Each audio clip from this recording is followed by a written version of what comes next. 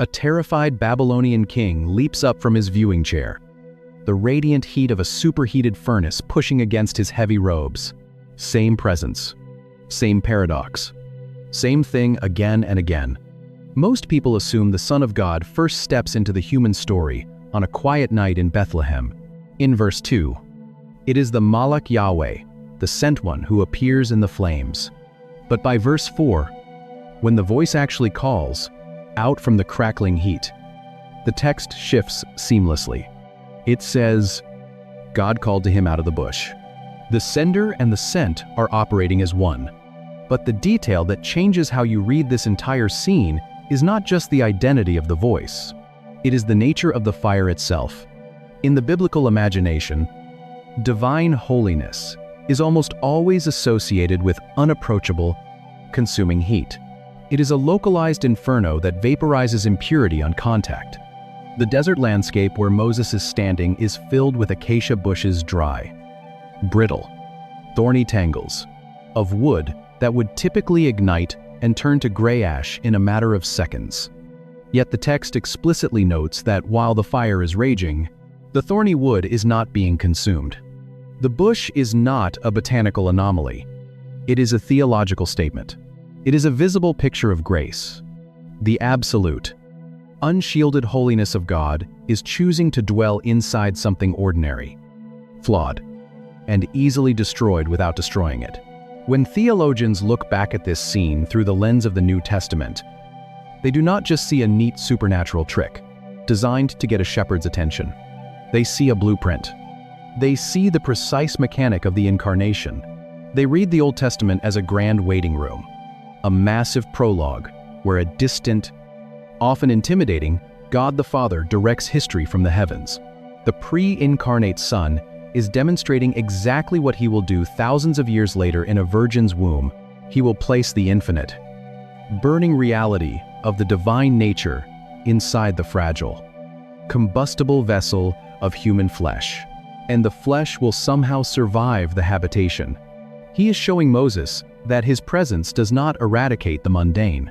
It dwells within it. This is why the commander with the drawn sword and the voice in the burning bush demand barefoot reverence. They are not claiming the dirt is inherently special.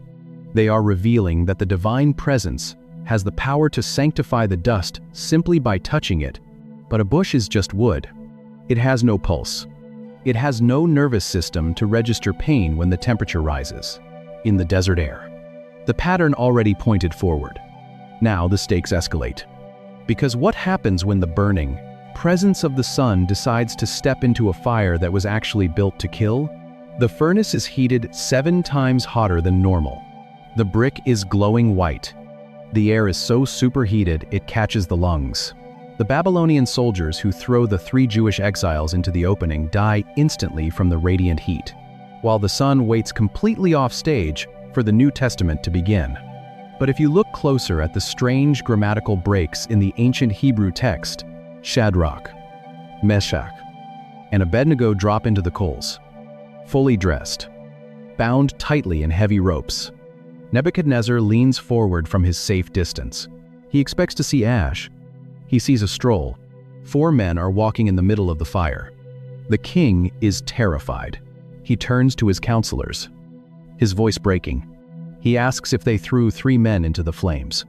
They confirm it, but the king sees 4, and he says the 4th looks like a son of the gods.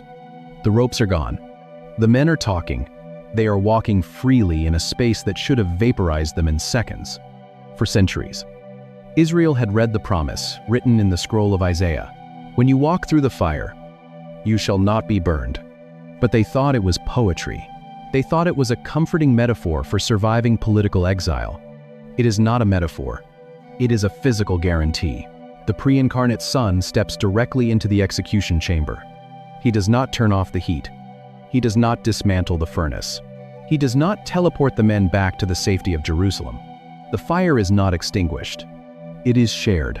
This is the ultimate trajectory of the Malach Yahweh, from the dry dust of Mamre to the dark mud of the Jabbok riverbed.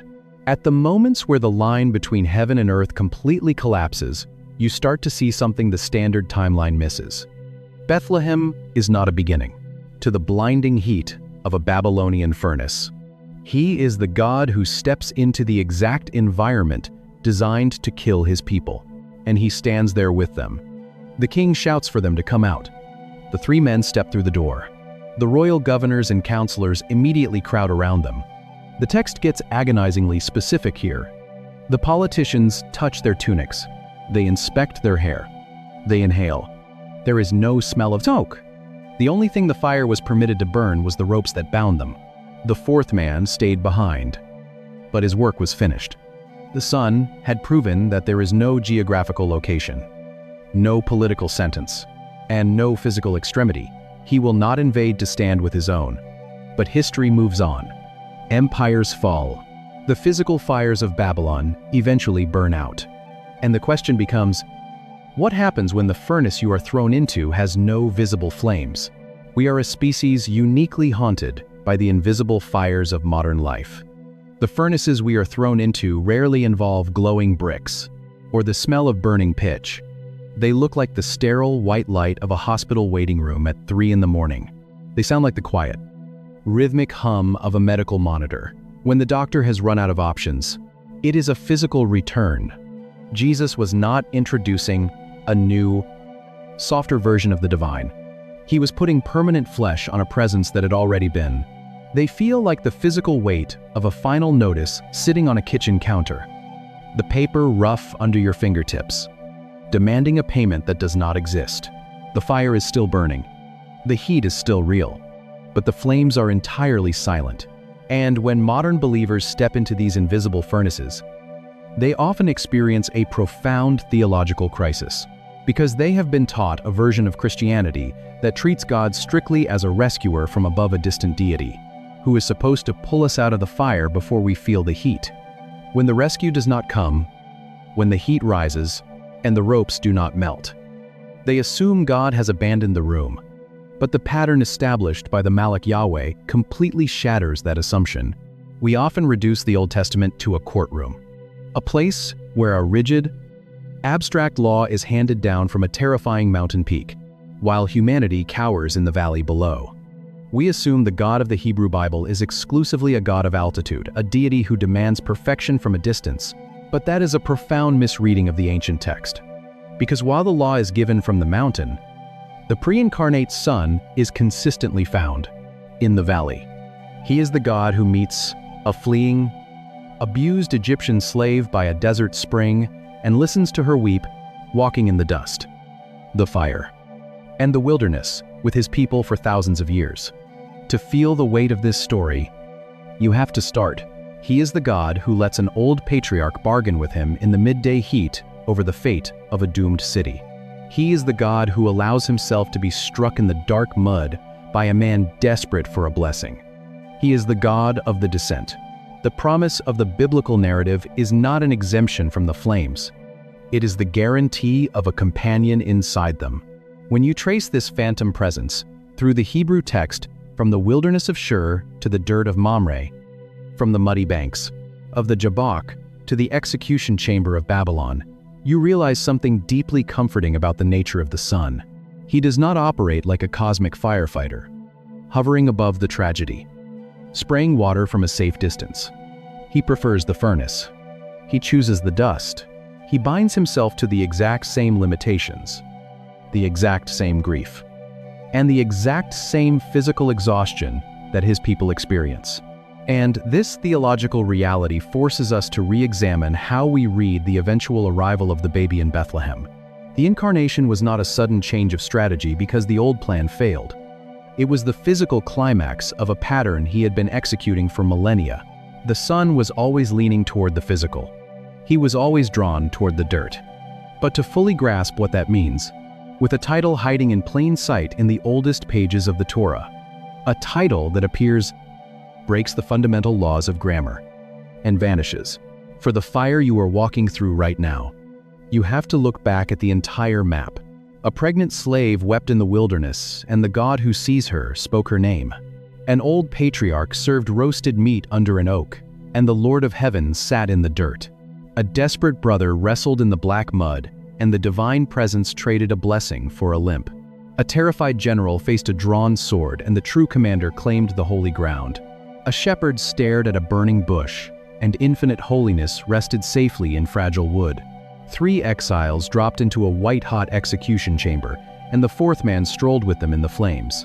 And centuries later, that same presence took his first breath in a Bethlehem manger to permanently wear the flesh he had been visiting all along. Same presence, same God. But here is the part I keep coming back to. The dust on his toes under the oak tree at Mamre.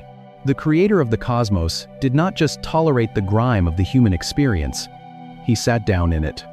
He let an old man wash his feet. And the detail that changes everything starts not with a king in a palace, but with a desperate, pregnant woman running for her life into the wilderness. Thousands of years before he would wrap a towel around his own waist and wash the feet of his disciples in an upper room.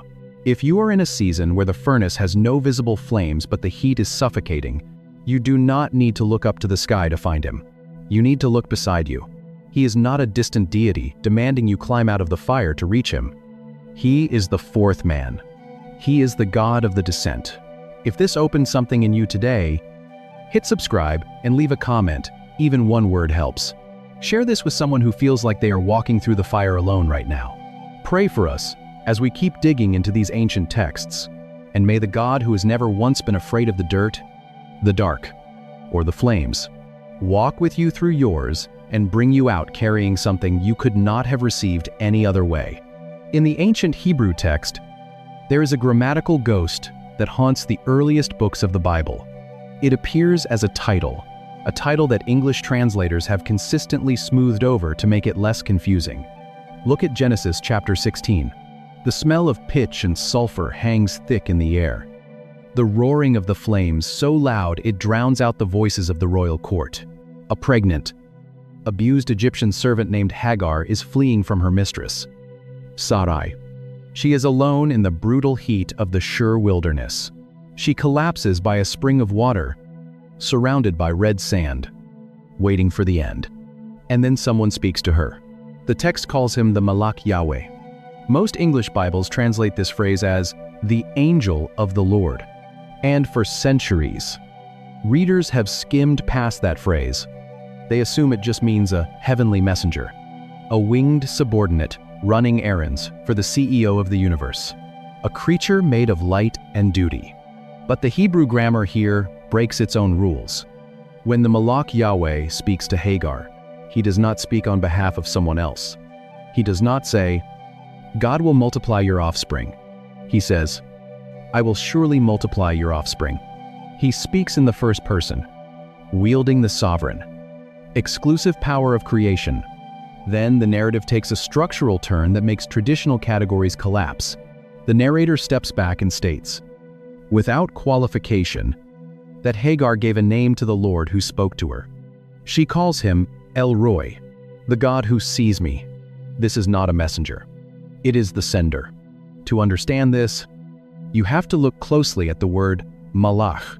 In its most basic form, it simply means one who is sent, a representative or an envoy. A human king can have a malach. He is not looking at the 3 Jewish exiles he just sentenced to death. He is staring at an impossibility. A prophet can be a malach. But when it is paired directly with the divine name Yahweh, it creates a theological paradox. The figure who shows up speaks with the absolute authority of God. He accepts worship, which created angels explicitly refuse to do anywhere else. In the biblical library, he claims to have the power to create life, seal covenants, and forgive sins. And yet, he is grammatically distinct from God.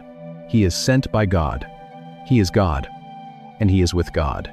If that phrasing sounds familiar, it should. This is the exact same paradox the Apostle John will use thousands of years later to open his gospel. The Word was with God, and the Word was God. 2 distinct persons, one divine essence. The Malach Yahweh is not a generic angel.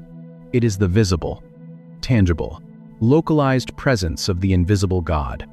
Theologians call this a Christophany, an appearance of the pre-incarnate Christ operating in the world of space and time long before he took on human DNA in Mary's womb. He is the one who bridges the gap between the unapproachable light of heaven and the dust of the human experience. And once you know how to look for him, you realize he has been stepping into the dirt of human history from the very beginning. But to see how physical, how startlingly intimate this gets, you have to leave the wilderness of Shur. 3 men went inbound, dropping onto the glowing coals. But 4 men are walking around freely in the fire. You have to find an old man sitting at the entrance of his tent, watching the horizon in the heavy heat of the day. The oaks of Mamre offer the only shade in the Judean hills. The midday sun is blinding. The heat is suffocating. Abraham sits at the entrance of his tent. The air is entirely still. He looks up. 3 men are standing in the distance. He runs. He bows to the ground. He begs them to stay. He rushes to Sarah to have bread baked over hot stones. A choice calf is slaughtered and roasted. Water is poured out to wash the course. White dust off the travelers' feet. They sit under the tree. They eat the curds. They tear the meat. This is not a vision. It is a meal.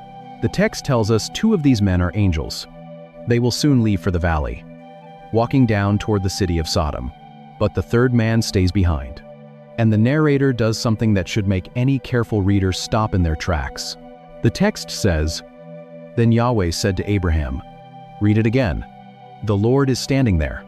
He has dirt on his toes. He is digesting roasted meat. He is speaking face to face with an old man in the shade of a tree. They are not burning. Their hair is not singed." And the 4th man, the king whispers to his trembling counselors, looks like a son of the gods. Most of the ancient world believed the gods lived on mountain peaks or in untouchable realms of pure spirit. A deity who takes on physical form was expected to be terrifying, demanding, completely removed from the grime of human existence. The pagan gods of the surrounding nations demanded human sacrifice. They demanded blood. They did not sit in the dirt and eat curds with nomads, but the God of Abraham stands in the dust. He allows his feet to be washed. He allows food to be served to him. He engages in a prolonged, intimate negotiation with Abraham over the fate of a city. Abraham bargains for the righteous. The Lord listens. The Lord responds. The Lord stays until the conversation is finished. He is not a distant judge. He is a friend who visits.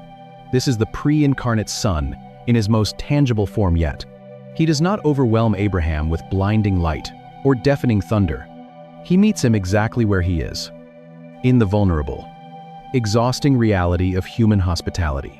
He steps into the physical world to ensure his promises are heard, felt, and understood across a table. The incarnation in Bethlehem was a permanent taking on of flesh. But the willingness to get dirty, you have probably heard this story. It is almost always taught as a display of angelic rescue, an anonymous heavenly bodyguard dispatched from the sky to sit with humanity, to share our space. That pattern was established thousands of years before Mary was even born. Yet, as intimate as a shared meal is, it is still polite. It is still safe. It is an interaction defined by mutual respect and ancient hospitality. But the next time this physical presence steps into the story, he does not come for a meal. He comes for a fight. To understand the sheer theological weight of these physical encounters, you have to look closely at the text of Genesis, chapter 32. We often read the story of Jacob wrestling in the dark mud of the Jabbok riverbed as an extended metaphor for persistent prayer. But the ancient Hebrew narrative is agonizingly physical. Jacob is alone, terrified of an impending slaughter by his brother. When a man attacks him in the middle of the night, they grapple in the dirt for hours, exchanging blows, locked in a brutal, exhausting struggle until the sun begins to crest over the canyon. When dawn breaks, the stranger permanently dislocates Jacob's hip socket with a single touch. Jacob demands a blessing. The stranger gives him a new name, Israel, but refuses to reveal his own identity. But Jacob knows exactly who he just fought. He names the place Peniel, because, as the text records, "I have seen God face to face," to protect the faithful in Babylon. But this is not an isolated incident. A dusty traveler eats roasted meat and curds under the shade of an oak tree, and my life is delivered. The word translated as face here is the Hebrew panim. It is a fascinating linguistic detail, because in biblical Hebrew, panim is always plural. It does not merely refer to the physical front of a human head. It means presence. It carries the idea of heaviness, the full, multi-dimensional reality and character of a person. It is the exact same word Yahweh uses in Exodus 33 when he makes a terrifying, comforting promise to Moses. My presence, panim, will go with you, and I will give you rest. In the ancient Near Eastern mind, to see the panim of God was an immediate death sentence. The absolute, unshielded purity of the divine shatters human corruption on contact. But this presence did not vaporize Jacob. It wrestled him. If seeing the physical, the breathing reality of these ancient texts is stirring up questions you have never considered, you are exactly who this channel is for. Drop a thought in the comments and hit subscribe. Because every week we go deeper into the text than you knew was possible. So Jacob limps away from the river. He is permanently crippled, but he is miraculously alive. The physical encounter with the divine left a visible mark on his body, a limp he would carry until the day he died. A wrestler grapples in the dark mud of the Jabbok riverbed, refusing to let go until dawn. A commander stands with a drawn, gleaming sword before A. This was the Malach Yahweh again, stepping into the dirt, allowing a broken human being to push against him, to strive with him, and to survive the encounter. The wrestling match was not a test of physical strength. It was a physical manifestation of grace. The pre-incarnate Son limits his own infinite power, binding himself to the constraints of a localized body, just so he can hold on to a manipulative patriarch in the dark. But that willingness to be touched does not mean this presence is tamed. Because centuries later, when this same presence appears on the edge of the promised land, he is holding a weapon. The walls are massive. The gates are barred tight. The city of Jericho is silent. Joshua stands alone on the plains. He is calculating a siege. He looks up. A man is standing right in front of him. His sword is drawn. The blade is out of the sheath. Catching the fierce desert sun, Joshua does not flinch. He walks straight toward the armed stranger. He demands an answer. Are you for us, or for our adversaries? The answer is a single, terrifying word. No. The stranger does not align with human agendas. He does not join human armies. He takes over. I am the commander of the army of Yahweh. Now I have come. Joshua drops. He falls flat on his face to the earth. He worships, kneeling general outside the walls of Jericho. A voice calls out from a desert bush that burns violently but never turns to ash. If this were a created angel, this is the exact moment the encounter would stop. In the book of Revelation, an angel strictly forbids the apostle John from bowing, shouting, "Get up, I am a fellow servant." Created beings violently reject human worship. This commander accepts it. Then he issues an order. Take off your sandals from your feet, for the place where you are standing is holy. Joshua obeys. He unlaces the leather. The hot, coarse dirt beneath his bare feet is suddenly the throne room of heaven. This is not a heavenly mercenary sent to assist a human general. It is the true king taking the field. The pre-incarnate Son does not just sit under oak trees and eat meals. He leads the vanguard. He holds the steel. But that command about the sandals is the anchor. It is an exact echo, a linguistic carabiner clipping this moment to an earlier, even stranger manifestation of the divine presence. Because Joshua is not the first man told to stand barefoot in the wilderness. Decades before Joshua unlaced his sandals outside Jericho, Moses stood barefoot in the Midianite desert, staring at a physical impossibility. Exodus chapter 3 tells us that the Malach Yahweh appeared to him in a blazing fire from the middle of a bush. But as you analyze the grammar of that ancient encounter, the same paradox we saw with Hagar emerges again.